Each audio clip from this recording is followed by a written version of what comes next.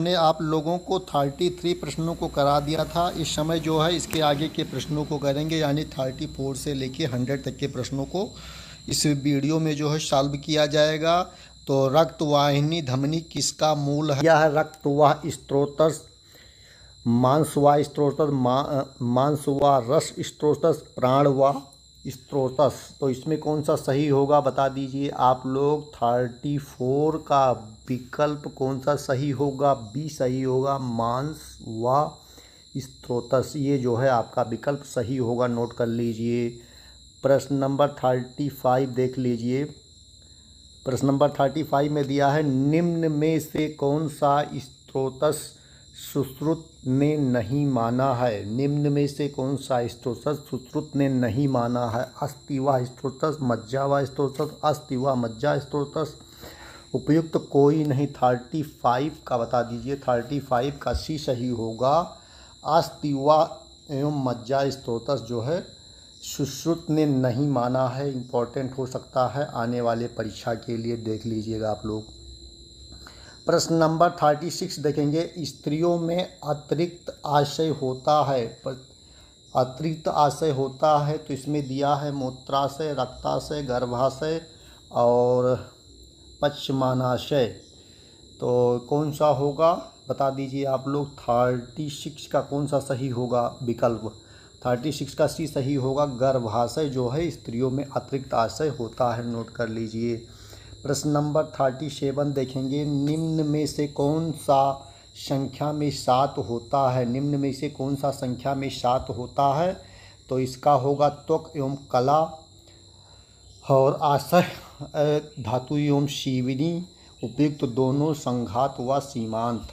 कौन सा होगा? 37 का सी सही होगा, उपयुक्त दोनों, यानी त्वक एवं कला, आशय धातु एवं शिवनी, उपयुक्त दोनों जो है ए और बी दोनों विकल्प इसके जो है मिला के जो है उपयुक्त दोनों सही हो जाएगा, नोट कर लीजिए आप लोग। इसका सी विकल्प सही होगा। प्रश्न नंबर 38 देखेंगे, हृदय मूल है। हृदय मूल है किसका? रसवाह स्त्रोतस का, प्राणवाह स्त्रोतस का, रसवाह प्राण स्त्रोतस का, मांसवाह स्त्रोतस का। 38 का कौन सा सही होगा बता दीजिए। 38 का सी सही होगा, रसवाह प्राणवाह स्त्रोतस का जो है हृदय मूल होता है, नोट कर लीजिए आप लोग। प्रश्न नंबर 39 देखेंगे। 39 में दिया है, गर्भावस्था काल में यकृत व प्लीहा निर्मित होते हैं। गर्भावस्था काल में यकृत व प्लीहा निर्मित होते हैं। इसमें क्या होगा? रसज भाव, मात्रज भाव, रक्तज भाव, आत्मज भाव। तो इसका 39 का बी विकल्प सही होगा, मातृज भाव जो है होता है, नोट कर लीजिए आप लोग। प्रश्न नंबर 40 देख लीजिए। प्रश्न नंबर 40 में दिया हुआ है कि सुश्रुत संहिता में निम्न में से किस स्त्रोतस का वर्णन नहीं है? सुश्रुत संहिता में निम्न में से किस स्त्रोतस का वर्णन नहीं है? तो इसमें है स्वेद व स्त्रोतस का वर्णन जो है सुश्रुत संहिता में नहीं है, विकल्प नंबर सी सही होगा, नोट कर लीजिए आप लोग। प्रश्न नंबर 41 देखेंगे। 41 में दिया है, उडुक की उत्पत्ति होती है। उडुक की उत्पत्ति होती है शोणित फेन से, शोणित किट से, शोणित सार से, शोणित कफ से। 41 का जो है बी विकल्प सही होगा, शोणित कीटक से, कीटक से। ये जो है आपका सही होगा, नोट कर लीजिए। प्रश्न नंबर 42 देख लेंगे। 42 में दिया है, चरक ने कोष्ठांगों की संख्या मानी है। 42 में बी विकल्प सही होगा, 15। इसका नोट कर लीजिए आप लोग। चरक ने कोष्ठांगों की संख्या 15 मानी है, नोट कर लीजिए आप लोग। प्रश्न नंबर 43 देखेंगे। 43 में दिया है, चरक ने, आचार्य चरक ने किस स्त्रोत को नहीं माना है? मज्जावाह स्त्रोत, स्वेदवाह स्त्रोत, मूत्रवाह स्त्रोत, स्तन्यवाह। तो कौन सा होगा इसमें बता दीजिए, कौन सा विकल्प सही होगा बताइए। 43 का डी विकल्प सही होगा, स्तन्यवाह। इसे नोट कर लीजिए आप लोग। 44 देख लेंगे। 44 में दिया है, स्वेद का अंजलि प्रमाण है। स्वेद का अंजलि प्रमाण है। 44 का कौन सा सही होगा? डी, 10 अंजलि जो है स्वेद का प्रमाण होता है, नोट कर लीजिए आप लोग। नंबर प्रश्न देखेंगे, गर्भ में बुद्धि का प्रादुर्भाव किस मास में होता है? गर्भ में बुद्धि का प्रादुर्भाव किस मास में होता है? तो इसमें विकल्प दिया है चतुर्थ मास, पंचम मास, षष्ठम मास, सप्तम मास। कौन सा होगा? 45 का सी सही होगा, यानी षष्ठम मास में जो है बुद्धि का प्रादुर्भाव होता है। प्रश्न नंबर 46 देखेंगे, गर्भ स्थापना में किसका महत्व है? आत्मा का, शुक्र का, शोणित का, उपयुक्त सभी। 46 में कौन सा सही होगा बता दीजिए आप लोग। तो 46 में डी सही होगा, उपयुक्त सभी। नोट कर लीजिए आप लोग। 47 देखेंगे, 47 में दिया है गर्भ में रसज भाव, गर्भ में रसज भाव, पुष्टि, वीर, आरोग्य, शोणित। 47 का ये सही होगा, पुष्टि करेगा। गर्भ में रसज भाव क्या करेगा? पुष्टि करेगा। नोट कर लीजिए आप। गर्भोत्पादक भावों की संख्या है, गर्भोत्पादक भावों की संख्या है 4, 15, 6, 8। कौन सा होगा विकल्प इसमें बता दीजिए आप लोग। 48 का सी सही होगा, 6 होता है। नोट कर लीजिए आप लोग। 49 देख लेंगे। 49 में दिया है हृदय की उत्पत्ति होती है, हृदय की उत्पत्ति होती है तृतीय मास में, पंचम मास में, चतुर्थ मास में, षष्ठम मास में। कौन सा होगा बता दीजिए। 49 का सी सही होगा, चतुर्थ मास में जो है हृदय की उत्पत्ति होती है। नोट कर लीजिए आप लोग। प्रश्न नंबर 50 देखेंगे, 50 नंबर प्रश्न देखेंगे, गर्भ का पोषण होता है, गर्भ का पोषण होता है, गर्भ का पोषण होता है। प्रश्न नंबर 50 में देखेंगे, इसमें दिया है गर्भ का पोषण होता है माता की रसवाह नाड़ी से, माता की रक्तवाह नाड़ी से, माता की ओजवाह नाड़ी से, उपयुक्त में से कोई नहीं। 50 नंबर प्रश्न का विकल्प कौन सा सही होगा? ये विकल्प सही होगा, माता की रसवाह नाड़ी से। नोट कर लीजिए आप लोग। प्रश्न नंबर 51 देख लेंगे, सुश्रुत के अनुसार शाखाओं में कुल कितनी पेशियां होती हैं? सुश्रुत के अनुसार शाखाओं में कुल कितनी पेशियां होती हैं? 400। विकल्प दिया है 66, 67, 68। कौन सा होगा? 51 का ये विकल्प सही होगा, 400 की संख्या में जो है पेशियां होती हैं। नोट करिए आप लोग। 52 देखेंगे, 52 में दिया है चरक के अनुसार अस्थि का निर्माण होता है, चरक के अनुसार अस्थि का निर्माण होता है मेद धातु से। इंपॉर्टेंट है, नोट कर लीजिए। प्रश्न नंबर 52 देखेंगे, सुश्रुत के अनुसार पित्तज भाव है, प्लीहा, नाभि, धमनी, गुदा। कौन सा होगा? 53 का सी सही होगा, धमनी। देखेंगे 54 में दिया है चरक के अनुसार बीज संपत्ति कौन सा भाव है? चरक के अनुसार बीज संपत्ति कौन सा भाव है? आत्मज, रसज, सतज और सदमेतज। तो कौन सा होगा इसमें बता दीजिए। 54 का बी सही होगा, इसे नोट कर लीजिए आप लोग। सुश्रुत के अनुसार मेद को किस प्रकार का भाव माना जाता है? मेद को किस प्रकार का भाव माना जाता है? तो इसे माना जाता है सम्यतज, जो है मेद को भाव माना जाता है। नोट कर लीजिए आप लोग। जीवन में देखेंगे 2 से अधिक पेशियां किसमें पाई जाती हैं? हृदय में, बस्तिशिर में, ललाट में, नासा में। 56 का कौन सा सही होगा? तो 56 में जो है सी विकल्प सही होगा, ललाट। ललाट में जो है 2 से अधिक पेशियां पाई जाती हैं। नोट कर लीजिए आप लोग। 57 में अस्तिवा स्त्रोत का मूल है, अस्तिवा स्त्रोतस का मूल है। इसमें दिया है मेद, लोम, कूप, स्नायु, त्वक, संधि, अस्थि, मेद, जघ्न। कौन सा होगा?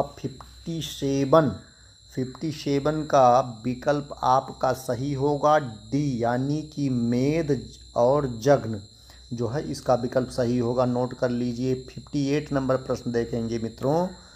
58 में क्या बातें बताई गई हैं? 58 में पूछा गया है कि हृदय की उत्पत्ति किससे होती है? हृदय की उत्पत्ति किससे होती है? 58 का डी विकल्प सही होगा, मांस, मेद, कफ व रक्त। मांस, मेद, कफ व रक्त से जो है हृदय की उत्पत्ति होती है। नोट कर लीजिए। 59 नंबर प्रश्न देखेंगे, कृष्ण मंडल का प्रमाण है, कृष्ण मंडल का प्रमाण है। इसमें भी विकल्प सही होगा, नेत्र के प्रमाण का 1/3 भाग होता है। नोट करें, इम्पोर्टेंट है भैया, पूछा गया है 5 बार कम से कम।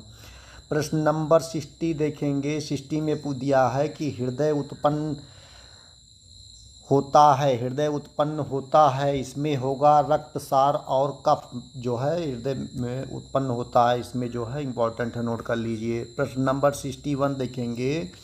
सुश्रुत अनुसार सम शरीर का प्रमाण अंगुल में है। सुश्रुत अनुसार सम शरीर का प्रमाण अंगुल में है, ये विकल्प में क्या दिया है? 120 इम्पोर्टेंट है, नोट कर लीजिए। प्रश्न नंबर 62 देख लेंगे। वाग्भट के अनुसार स्तन्य की सामान्य मात्रा है। वाग्भट के अनुसार स्तन्य की सामान्य मात्रा है 1 प्रशस्त, 2 प्रशस्त, 4 अंजलि, 2 अंजलि।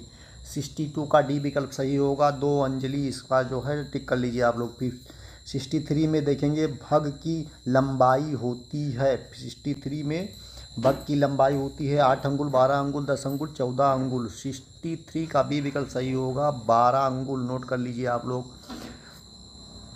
प्रश्न नंबर 64 देखेंगे। स्त्रियों में आशय की संख्या होती है। स्त्रियों में आशय की संख्या होती है 8, नोट कर लीजिए, इंपॉर्टेंट है। देखेंगे। चरक ने कोष्टांग नहीं माना है। अमाशय, पक्वाशय, फुसफुस कौन सा होगा? 65 का सी विकल्प सही होगा। फुसफुस को जो है कोष्टांग नहीं माना है चरक ने, नोट कर लीजिए आप लोग। 66 में देखेंगे। गर्भ में बुद्धि का प्रादुर्भाव किस मास में होता है? गर्भ में बुद्धि का प्रादुर्भाव किस मास में होता है? सी विकल्प सही होगा, षष्ठम मास में होता है, नोट कर लीजिए। यकृत प्लेहा गर्भ के किस भाव से उत्पन्न होता है? मातृज, पितज, रसज, सम्यज।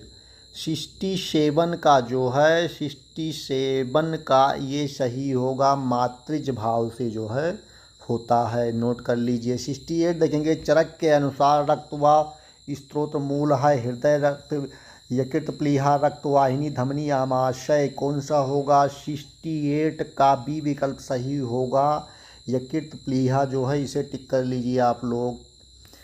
69 नंबर प्रश्न देख लेंगे। 69 नंबर में दिया है मेदो व स्त्रोत मूल है। 69 वसा, बिक, उदर, अस्थियां कौन सा होगा? 69 का जो है विकल्प बी सही होगा। कौन सा होगा? विकल्प बी सही होगा, यानी वृक्क होता है, नोट कर लीजिए। 70 प्रश्न देखेंगे। चरक के अनुसार संपूर्ण शरीर की लंबाई होती है।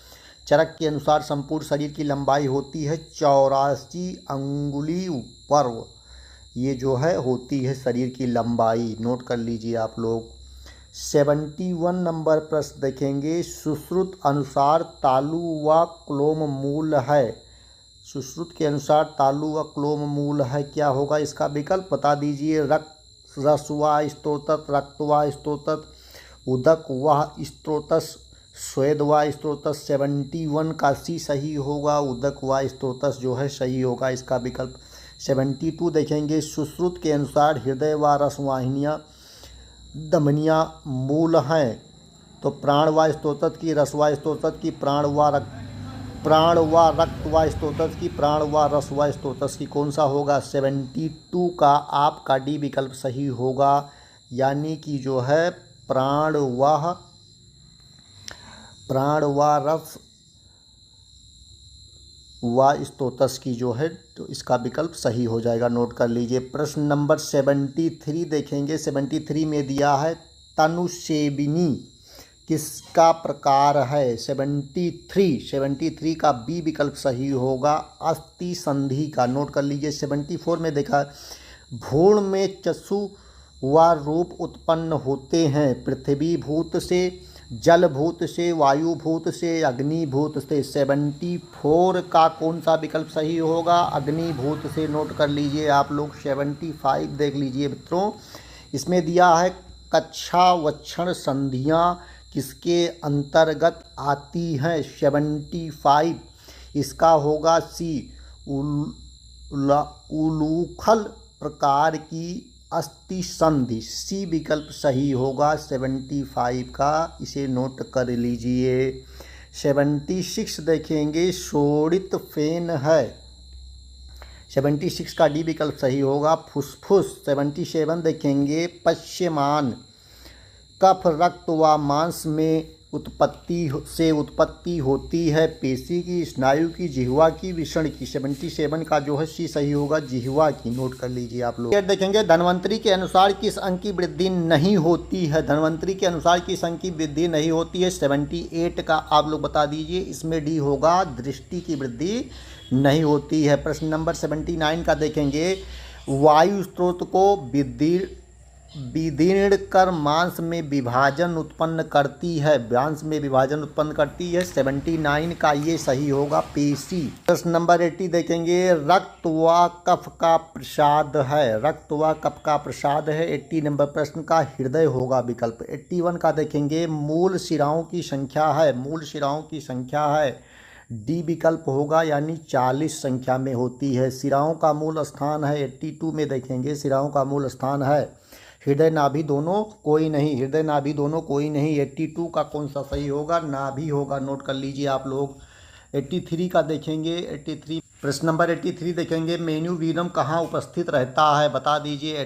83 का भी सही होगा, स्ट्रेनम बोन में जो है उपस्थित होता है। नोट कर लीजिए। प्रश्न नंबर 84 देखेंगे, हाइविड बोन उपस्थित कहाँ स्थित है, इसे नोट कर लीजिए। 84 का कहाँ होगा, विकल्प कौन सा सही होगा, बता दीजिए आप लोग। 84 का ये विकल्प सही होगा। नोट कर लीजिए आप लोग।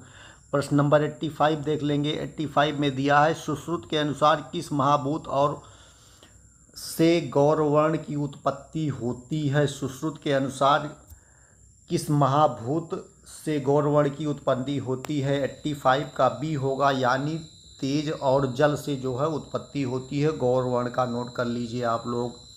86 देखेंगे, लेंस का आकार होता है। 86 लेंस का आकार होता है। 86 का जो है बी होगा, उभयोतल जो होता है। नोट कर लीजिए। प्रश्न नंबर 87 देखेंगे, शुक्र होता है। 87 का सी होगा, सौम्य होता है। शुक्र का स्वभाव क्या होता है, सौम्य होता है। 88 देख लेंगे, पुंडरीकेण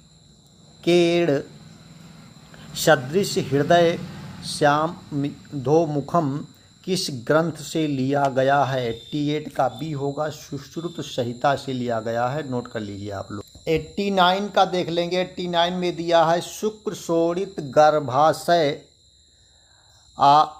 आत्मा प्रकृत विकार शरीर यत संज्ञा लभते, या कहाँ का उदाहरण है। 89 का देखेंगे, इसमें दिया हुआ है, सी विकल्प होगा, सुश्रुत संहिता के अध्याय नंबर 5 का तीसरा श्लोक है। नोट कर लीजिए आप लोग। प्रश्न नंबर 90 देखेंगे। 90 नंबर प्रश्न में दिया है, मानव शरीर में सीमांतों की संख्या होती है। प्रश्न इसमें होगा 14। मानव शरीर में सीमांतों की संख्या कितनी होती है, 14 होती है। 91 नंबर प्रश्न देख लीजिए, जिह्वा का निर्माण किससे होता है। 91 का जिह्वा का निर्माण किससे होता है, रक्त कफ व मांस से। रक्त कफ व मांस से जिह्वा का निर्माण होता है। 92 देखेंगे, पुंडरीक सदृश आकृति किसकी होती है। 92 का पुंडरीक सदृश आकृति किसकी होती है, हृदय की। सी विकल्प सही होगा। प्रश्न 93 देखेंगे, बर्थोलाइन डक्ट की लंबाई होती है 1 सेंटीमीटर, 2.5 सेंटीमीटर, 5 सेंटीमीटर, 10 सेंटीमीटर। 93 का बी विकल्प सही होगा, 2.5 सेंटीमीटर। प्रश्न नंबर 94 देखेंगे, स्त्रियों में मस्तिष्क का औसत भार कितना होता है। 500 ग्राम, 700 ग्राम, 1250 ग्राम, 1000 ग्राम। 94 का सी सही होगा, 1250 ग्राम। देखेंगे, मुख की सबसे बड़ी व मजबूत अस्थि कौन सी होती है, तो इसका होगा मैंडबिल जो है, इसकी सबसे बड़ी अस्थि मजबूत अस्थि होती है। प्रश्न नंबर 96 देखेंगे, वह कौन सी अस्थि है जो 4 अस्थियों से मिलकर बनती है। 96 का ये होगा, शीक्रम जो है 4 अस्थियों से मिलकर बनती है। नोट कर लीजिए। 7 में दिया है, शरीरोपचायो बल वर्ण कौन से भाव हैं। रसज, सत्वज, सम्यज, आत्मज। 97 का होगा ये रसज होगा। 98 में देखेंगे, 1 देखेंगे, स्त्री भाव त्याजो गर्भ के किस मास का लक्षण है। 98 विकल्प नंबर डी सही होगा, अष्टम माने 8वें माह का जो है लक्षण है। 99 प्रश्न देखेंगे, 99 में दिया है आचार्य सुश्रुत के अनुसार कंडराएँ हैं। 99 का डी सही होगा 16।